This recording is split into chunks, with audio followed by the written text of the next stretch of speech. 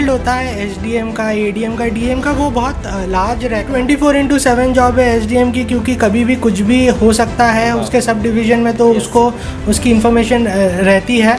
और एसडीएम या डीएम बनेंगे मीन्स जो भी यूपीएससी क्लियर करेंगे, आईएएस बनेंगे, सबको लाल बत्ती हरी बत्ती यही गाड़ी मिलेगी। क्या सर ये सही है या इसमें ये पोस्ट पर डिपेंड करता है किस कैसे? आप ये ध्यान में रखिए कि आप क्यों यूपीएससी करना चाहते हैं। Yes, मुझे यूपीएससी इसलिए करना था क्योंकि आईएएस नहीं बन सकते, सब फॉरेन सर्विस में नहीं जा सकते हैं। जैसे मुझे फॉरेन सर्विस चाहिए था, मुझे मिला नहीं, लेकिन सिलेक्शन हो गया यूपीएससी में, तो भी मेरा।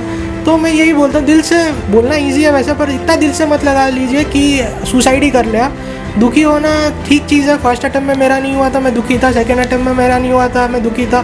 पर थर्ड अटैम्प्ट में जाके हो गया, तो दुख मनाना अलग बात है, लेकिन ज़िंदगी भर दुख रहना और उसके कारण सुसाइड करना ये गलत। अगर लिखित है आपके डेस्टिनी में तो ज़रूर यूपीएससी क्लियर होगा, अगर नहीं है तो और कुछ अच्छा होगा। Hello everyone, welcome back to our channel. मैं आपका दोस्त अतुल और आज हैं हम दिल्ली कैंट सर एसडीएम, जिसका आपका ड्रीम होता है, जिसे कलेक्ट्रेट के नाम से भी जानते हैं, उस ऑफिस में हैं। और आपको हमने तो बहुत सारे वीडियोस कैसे यूपीएससी की तैयारी करें एंड ऑल से रिलेटेड बनाया है, लेकिन आज जहां जिस पोस्ट का आपका टारगेट है उनके पास हम आए हैं, जो कि एसडीएम सर हैं। और सर का नाम पीयूष है और बाकी सारी चीज़ें सर से ही जानते हैं। It would be really great video today, तो हमारे साथ स्टे कनेक्टेड रहें और you will get all the things. कि हम आज मेनली फोकस करेंगे कि एसडीएम या कलेक्टर बनने के बाद हमें किस किस किन किन रिस्पॉन्सिबिलिटियों से गुजरना पड़ता है, क्या क्या हमारी रिस्पॉन्सिबिलिटी होती हैं, चैलेंजेस, क्या क्या ड्यूटीज़ होते हैं एंड ऑल। तो बस बने रहिए हमारे साथ अंत तक। हेलो सर, सबसे पहले तो स्वागत है हमारे चैनल में आपका। Thank you Atul, thank you for having me on your channel. आपने मुझे ये मौका दिया आपके व्यूअर्स से कनेक्ट करने के लिए, थैंक यू सो मच। नमस्कार दोस्तों, वीडियो में आगे बढ़ने से पहले अगर आप एक यूपीएससी के सीरियस एस्पिरेंट हैं तो अनअकैडमी लेके आया है यूपीएससी सीएससी मेगा कॉम्बैट। इस कॉम्बैट में आपको 60 मिनट के अंदर 56 क्वेश्चन करने हैं, जो हिंदी और इंग्लिश दोनों लैंग्वेज में होगा, जो 17 अप्रैल को 11 बजे होगा। अगर इस कॉम्बैट के अंदर टॉप 1000 कैंडिडेट्स के अंदर आते हैं तो आपको 100% स्कॉलरशिप मिलेगी। 2 मंथ के लिए 28 टेस्ट सीरीज भी मिलेगी। दोस्तों, इनरोल करने के लिए डिस्क्रिप्शन में दिए गए लिंक पर जाएं और अभी ही इनरोल करें। और हाँ, टेस्ट देते वक्त आपके फ़ोन के अंदर अनअकैडमी का ऐप होना बहुत ज़रूरी है, तो अनअकैडमी के ऐप को डाउनलोड करें और 17 अप्रैल को ये टेस्ट देना। इसी के अलावा अगर आप दिल्ली में रहकर अपनी यूपीएससी की प्रिपरेशन कर रहे हैं तो आने वाले रविवार को यानी कि 17 अप्रैल को दोपहर के 3 बजे आप और हम सब अनअकैडमी के स्टोर पर ओल्ड राजेंद्र नगर के अंदर मिलने जा रहे हैं। इस सेशन के माध्यम से आप अनअकैडमी के टॉप एजुकेटर से मिल सकते हैं और अपनी यूपीएससी की जर्नी को बहुत ही शानदार बना सकते हैं, अपने डाउट्स क्लियर कर सकते हैं, अलग अलग यूपीएससी एस्पिरेंट से मिल सकते हैं और अपनी यूपीएससी की जर्नी को शानदार बना सकते हैं। इसके लिए डिस्क्रिप्शन में दिए गए लिंक पर जाएं और रजिस्ट्रेशन करें। और हाँ, 17 अप्रैल को दोपहर के 3 बजे निर्धारित समय पर पहुंचे और आप और हम सब मिलेंगे। आप सभी का इंतजार रहेगा। Thank you sir. सर, सबसे पहले first of all I would like to know about you sir, कि आप अपने बारे में थोड़ा डिस्क्राइब करें, आप किस बैच के हैं और सर सारी चीज़ें अपने बारे में। तो मेरा नाम पीयूष रोहनकर है, मैं 2014 बैच दानिक्स ऑफिसर हूँ। मेरा अगर एजुकेशन बैकग्राउंड के बारे में आप बात करना चाहेंगे तो मैंने बीटेक किया है एनआईटी नागपुर से इलेक्ट्रॉनिक्स एंड कम्युनिकेशन में, और एमबीए फाइनेंस किया है मैंने सिम्बोसिस SIBM बैंगलोर से। उसके बाद मैं यूपीएससी प्रिपरेशन के लिए दिल्ली आया, ओल्ड राजेंद्र नगर में मैंने प्रिपरेशन की है और मैं थर्ड अटेम्प्ट में मेरा यूपीएससी क्लियर हुआ है। और उसके थ्रू मुझे दानिक्स, जो कि दिल्ली अंडमान निकोबार सिविल सर्विस है, उसमें मेरा सिलेक्शन हुआ है। तो अभी मैं presently SDM Delhi cantt posted हूँ, न्यू दिल्ली डिस्ट्रिक्ट में, पिछले 2 साल से। 2 साल से, it was really great. Okay, तो सर आप 2015 बैच के हैं, राइट? 14 batch, all right. तो सर आपका कौन सा अटेम्प्ट था जिसमें आप सक्सीड हुए? मेरा थर्ड अटेम्प्ट था जिसमें मेरा क्लियर हुआ यूपीएससी। थर्ड अटेम्प्ट था, ऑल राइट सर। ओके, तो सर सबसे पहले तो वैसे तो हमारी चीज़ें कवर हो जाएंगी।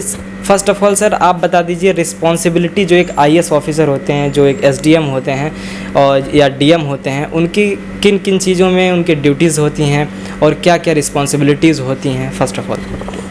जो एक ऑपरेशनल फील्ड होता है एसडीएम का, एडीएम का, डीएम का, वो बहुत लार्ज रहता है।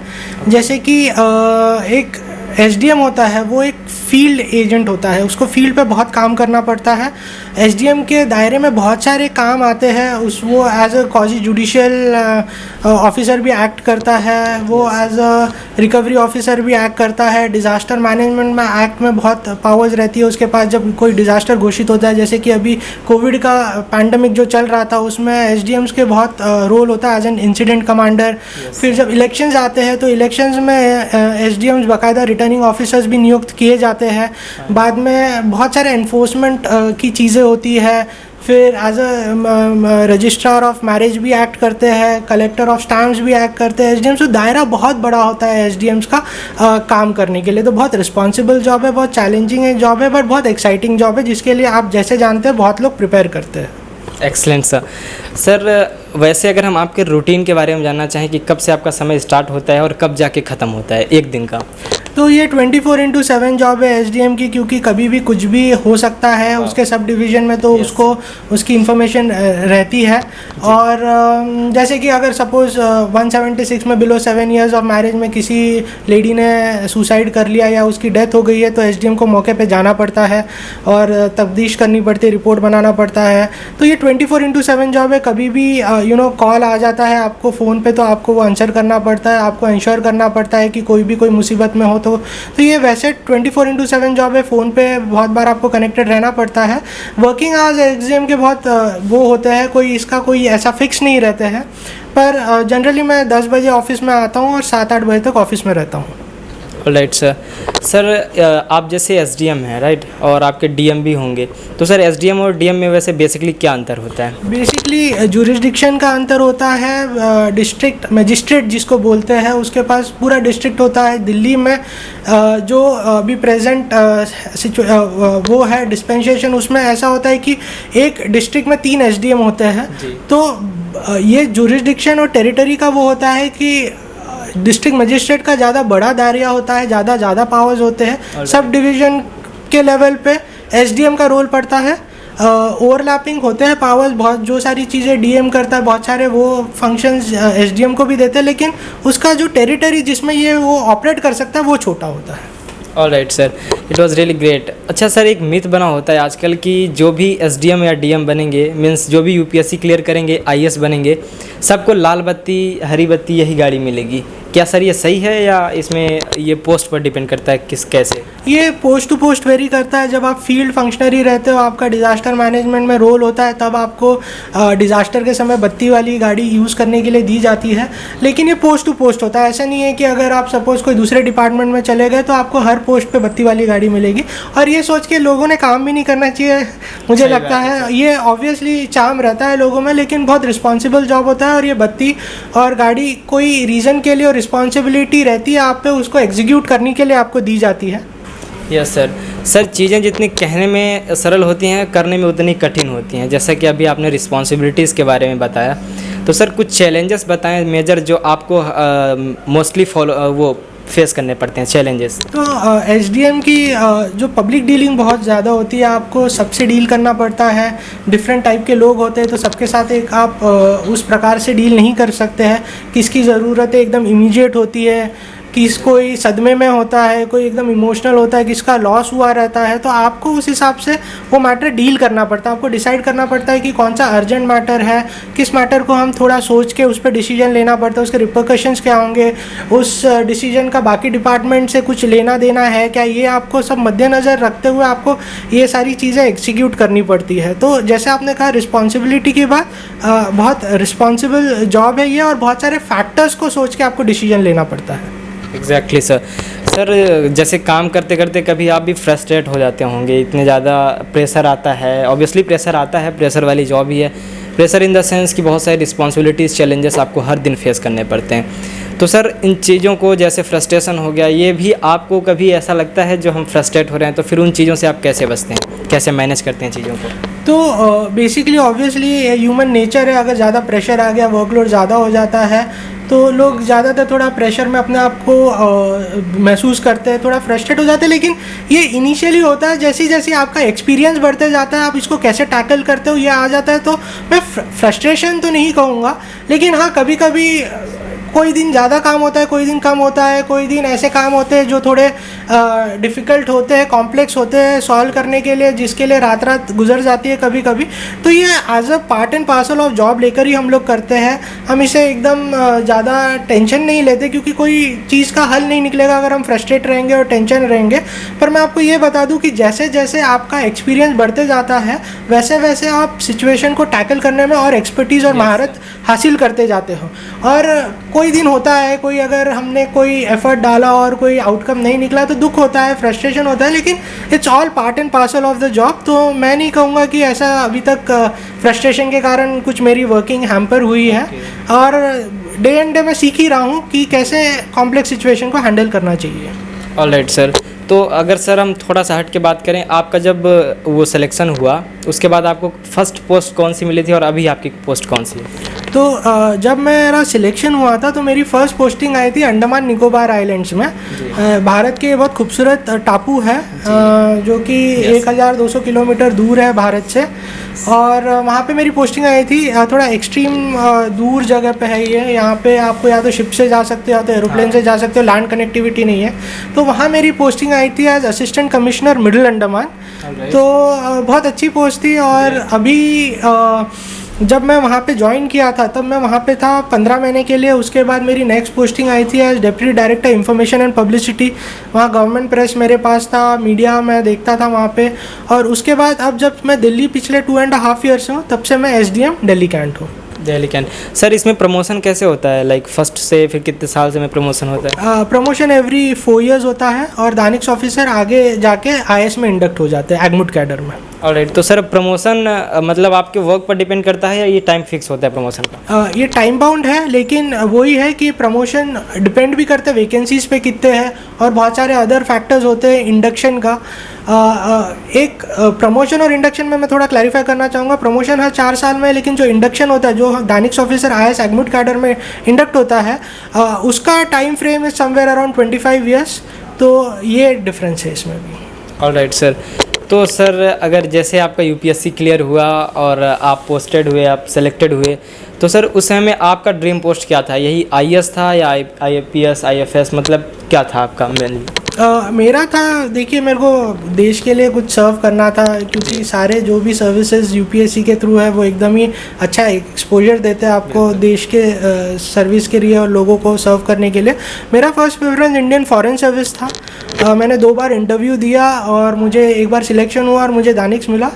पर हाँ, मैं बहुत खुश हूँ अभी जो मेरे को प्रेजेंट सर्विस अलॉट हुई है, क्योंकि इसमें मुझे अपॉर्चुनिटी मिल रही है डाइवर्स रोल प्ले करने के लिए। तो मैं बहुत सेटिस्फाइड हूँ मेरे सर्विस से। ओके सर, ये दिल्ली कैंट जो है, यहाँ आप कब से पोस्टेड हैं? 2.5 ईयर्स हो गए। Alright, it's really great.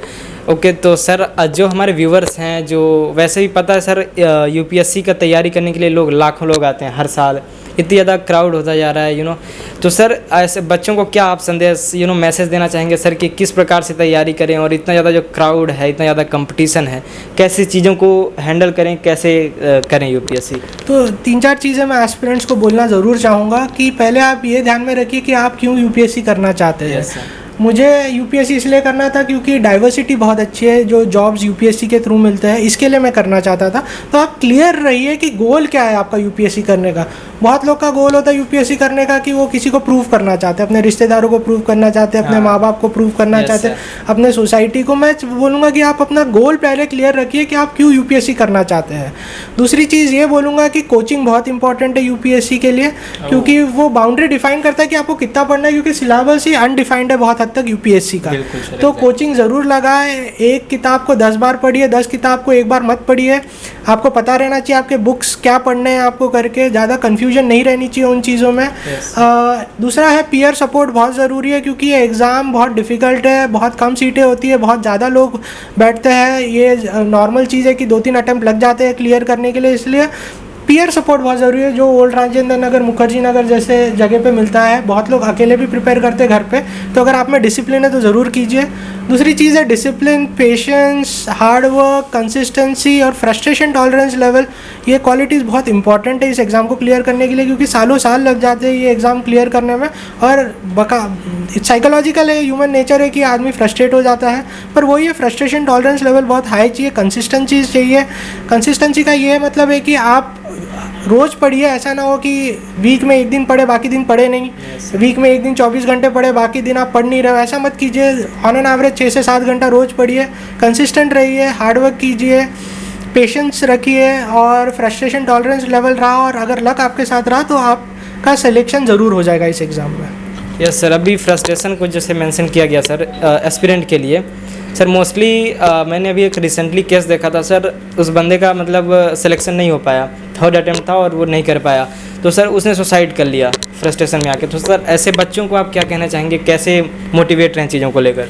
तो सुसाइड बहुत एक्सट्रीम स्टेप हो गया, मेरे को नहीं लगता ज़िंदगी यूपीएससी तक ही सीमित है करके, क्योंकि बहुत सारे और एवेन्यूज़ रहते हैं। आप यूपीएससी सिलेक्ट होने के बाद ऐसा ज़रूरी नहीं है कि आप खुश रहेंगे करके, तो किसी ने ये इसको फाइनल डेस्टिनेशन नहीं मानना चाहिए। और मैं एस्पिरेंट से यही बोलता हूँ कि यार अगर यूपीएससी नहीं हुआ तो ज़िंदगी में और कुछ अच्छा हो जाएगा, क्योंकि बहुत एवेन्यूज़ है, बहुत सारी और भी एग्ज़ाम्स है। मैं एस्पिरेंट्स को यही बोलता हूँ कि साथ में एसएससी के एग्ज़ाम के लिए प्रिपेयर कीजिए, आप आरबीआई के एग्ज़ाम के लिए कीजिए, सेंट्रल आर्म पुलिस फोर्स के एग्ज़ाम के लिए आप प्रिपेयर कीजिए, बैंक पीओ के लिए कीजिए। बहुत सारी सर्विसेज है जो आप यूपीएससी के बाद भी दूसरी एग्ज़ाम्स है, स्टेट सिविल सर्विसेज है, उसके लिए आप प्रिपेयर कीजिए। सुसाइड मत कीजिए, सुसाइड बहुत एक्सट्रीम स्टेप हो जाता है, आपको किसी को कुछ प्रूव नहीं करना है। अगर यूपीएससी आपका क्लियर नहीं होता इसका मतलब आप ऐसा नहीं है कि आप लाइफ में कुछ नहीं कर सकते हो, कि आप बुद्धू हो, कि आप उल्लू हो। ये नसीब का खेल है, क्योंकि सब हार्डवर्क करते हैं, सभी होशियार होते हैं, लेकिन सीटें ही कम हैं। तो सबको तो मिल नहीं सकता है, सब आईएएस नहीं बन सकते, सब फॉरेन सर्विस में नहीं जा सकते हैं। जैसे मुझे फॉरेन सर्विस चाहिए था, मुझे मिला नहीं, लेकिन सिलेक्शन हो गया यूपीएससी में तो भी मेरा।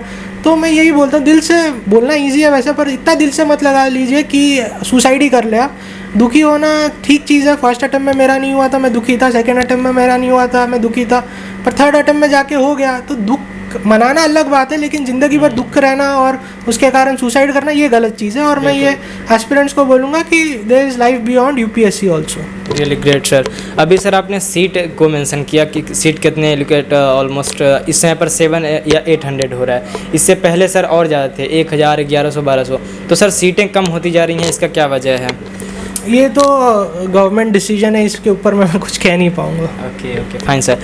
सर अल्टीमेटली कुछ चीज़ें अगर बताना चाहें हमारे जो व्यूवर्स स्टार्टिंग कर रहे हैं, किन किन चीज़ों से स्टार्ट करें और किन किन बातों का ध्यान रखें इस यूपीएससी के जर्नी में? डिसिप्लिन बहुत इंपॉर्टेंट है, सोशल मीडिया थोड़ा आप संभाल के यूज़ कीजिए।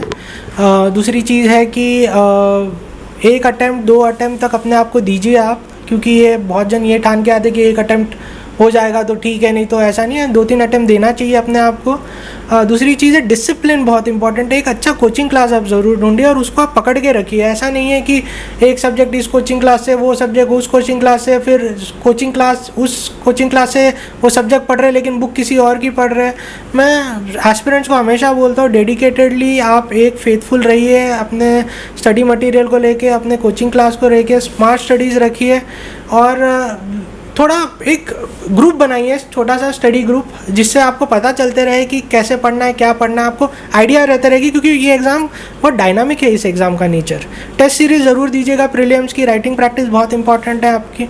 तो ये सारी चीज़ें अगर आप कंसिस्टेंटली करते रहे तो आई एम श्योर 1-2 साल 3 साल में आपको ज़रूर इसका रिजल्ट दिखेगा। यूपीएससी नहीं तो बाकी जो एग्ज़ाम है वो आपके ज़रूर क्लियर हो जाएंगे। Awesome sir. सर अभी इससे पहले आपने मल्टीपल गवर्नमेंट्स को वो मेंशन किया था कि साथ में तैयारी करते रहें, राइट? तो आपने भी किसी एग्ज़ाम का दिया था ओनली यूपीएससी? मैंने दिया था, मैंने एसएससी दिया था, मैं एसएससी क्लियर हो गया था, मैं एक्साइज इंस्पेक्टर था 4 महीने के लिए। फिर उसके बाद यूपीएससी का रिजल्ट आया तो मैंने छोड़ दिया एक्साइज इंस्पेक्टर की जॉब। मैंने आरबीआई दिया था, आरबीआई में मैंने रिटर्न क्लियर हो गया था मेरा, मैं मेंस में गया था, मेंस में मेरा प्रीलिम्स क्लियर हुआ था आरबीआई का, मेंस भी क्लियर हो गया था। आरबीआई की इंटरव्यू दी थी मैंने, इंटरव्यू में मैं 4 मार्क्स से रह गया था। मैंने बैंक पीओ क्लियर किया हुआ था, उसके इंटरव्यू के लिए मैं नहीं गया। मैंने सीएपीएफ दिया था, सीएपीएफ का रिटर्न हो गया था, उसके इंटरव्यू के लिए नहीं गया। तो अगर आप यूपीएससी के लिए प्रिपेयर करते हैं तो मैं सच बताऊँ तो अगर आप कंसिस्टेंट रहे, हार्डवर्क किया, डेडिकेटेडली पढ़े तो आपकी बाकी के एग्ज़ाम्स क्लियर हो जाती है। ओके सर, एक चीज़ और मैं आपके जॉब से रिलेटेड पूछना चाहूँगा सर, जैसा कि अभी आप आपके ड्यूटी से रिलेटेड, सर पॉलिटिकली प्रेशर कितना होता है इस जॉब में?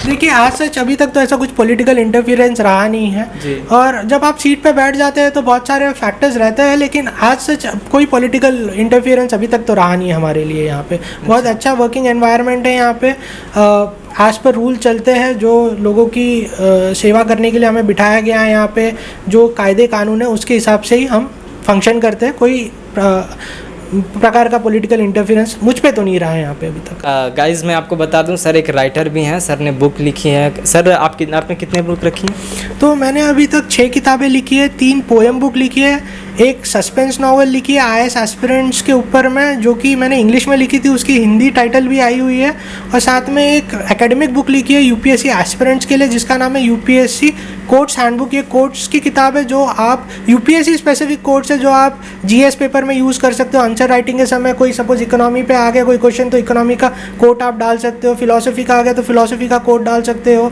इंटरव्यू में ये कोट्स यूज़ कर सकते हो जवाब देने के लिए, एसेस में यूज़ कर सकते हो, एथिक्स इंटीग्रिटी के पेपर में यूज़ कर सकते हो। तो मैंने अभी तक कुल 6 किताबें लिखी है। 6 किताबें, लिटरली इट्स ग्रेट सर। एक SDM होते हुए सर ने 6 किताबें लिखी, इट्स रियली ग्रेट। तो सर अगर आपके पास कुछ बुक हो तो अभी आप दिखाना चाहें। ज़रूर, ये 2 किताबें मेरे पास है अभी, एक है, हाँ सर, एक ये बुक है गाइस देख सकते हैं, दिस वन, एंड एक और है, और हम लिंक डिस्क्रिप्शन में डाल देंगे बुक्स का। आप अमेज़न से इसको ऑर्डर कर सकते हैं। सर अमेज़न पर it is available, Amazon Flipkart दोनों पे अवेलेबल है। वाह रियली ग्रेट सर। ओके तो गाइज होप सो आपको वीडियो अच्छी लगी होगी, and sir ultimately would you like to say something to our viewers who are going to prepare for the UPSC? Work hard, patience, discipline, frustration tolerance level and have faith in your destiny. अगर लिखित है आपके destiny में तो ज़रूर UPSC clear होगा, अगर नहीं है तो और कुछ अच्छा होगा। तो प्लीज़ आप इस मंत्र को बांध लीजिए, हिम्मत से ये एग्ज़ाम के लिए प्रिपेयर कीजिए। इजी एग्ज़ाम नहीं है मैं पहले से बोल दूं, लेकिन बहुत एम्पावरिंग जर्नी होती है UPSC की, क्योंकि आप इतनी सारी चीज़ें पढ़ते हो इसमें। तो ये जर्नी ही बहुत अच्छी जर्नी है, इसका पूरा आप मज़ा लीजिए और ऑल द बेस्ट। जी thank you so much sir. And